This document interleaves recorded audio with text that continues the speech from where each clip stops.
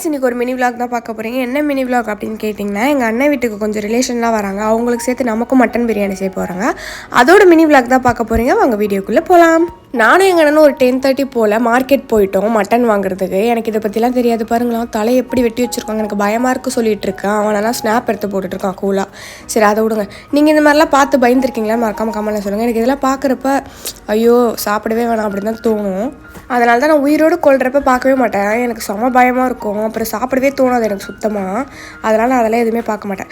அப்புறம் மளிகை ஜாமா கடையில் போயிட்டு எங்கள் அம்மா என்னென்ன சொன்னாங்களோ அதெல்லாம் வாங்கிட்டு வந்துட்டோம். அப்புறம் நான் மேலே போயிட்டு ரெஃப்ரெஷ் ஆகிட்டு கொஞ்ச நேரம் படம்லாம் பார்த்துட்டு வரதுக்குள்ளே ஃபுல்லாக செஞ்சு முடிச்சிட்டாங்க. நான் அதுக்குள்ளே பாதி தூங்கிட்டேன்.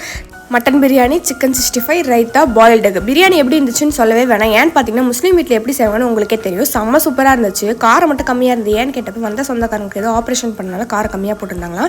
இந்த வீடியோ பிடிச்சிருந்தா லைக் பண்ணிட்டு மறக்காமல் நம்ம சேனல் சப்ஸ்கிரைப் பண்ணிக்கோங்க. நெக்ஸ்ட் வீடியோவில் பார்க்கலாம்.